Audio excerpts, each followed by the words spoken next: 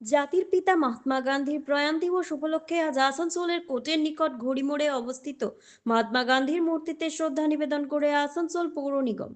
এই অনুষ্ঠানে উপস্থিত ছিলেন আসানসোল পৌর নিগমের মেয়র পরিষদ সদস্য গুরুদাস চ্যাটার্জি, কংগ্রেসের কাউন্সিলর MS মোস্তফা, তৃণমূল কংগ্রেসের কাউন্সিলর ববিতা দাস সহ পৌর নিগমের অন্যান্য আধিকারিক ও কর্মীরা।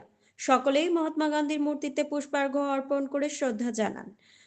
বক্তব্য রাখতে গিয়ে মেয়র পরিষদের সদস্য গুরুদাস চ্যাটার্জি বলেন, মহাত্মা গান্ধী সম্পর্কে কিছু বলা সূর্যের সামনে প্রদীপ জ্বালানোর মতোই। অহিংসার পথে চলেই তিনি দেশকে স্বাধীনতা এনে দিয়েছেন, যা আজও সকলের জন্য প্রেরণার উৎস। তিনি বর্তমান রাজনীতিবিদদের গান্ধীজির আদর্শ অনুসরণ করে রাজনীতিকে দেশ ও সমাজ সেবার মাধ্যম হিসেবে গড়ে তোলার আহ্বান জানান। रघुपति राघव राजा राम पतित पावन सीताराम। आज জাতির জনক অহিংসার পূজারী মহাত্মা গান্ধীজির আজ মৃত্যুবার্ষিকী। এই মৃত্যুবার্ষিকীতে আসানসোল পৌর নিগমের পক্ষ থেকে ঘড়িমোড়ে কোর্টে যে মর্মর মূর্তিটি ওনার আছে তাতে আমরা ওনাকে শ্রদ্ধা জানাতে পেরে নিজেদের ধন্য মনে করছি। আসানসোল পৌর নিগম বরাবর মনীষীদের জন্ম এবং মৃত্যু দিবস পালন করে থাকেন।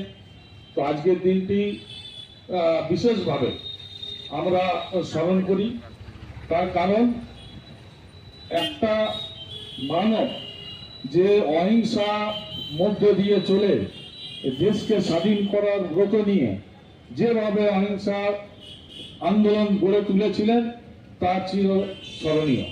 আমরা গান্ধীজির কথা বলতে গেলে আমাদের ধৃষ্টতা হবে, কারণ ওনার যে দেশপ্রেম আজ বর্তমান যুগে বহু জরুরি, যে নবপ্রজন্ম তাদের ওনার সম্বন্ধে পাঠ্যপুস্তক পাঠ করে ওনার সম্বন্ধে জানা।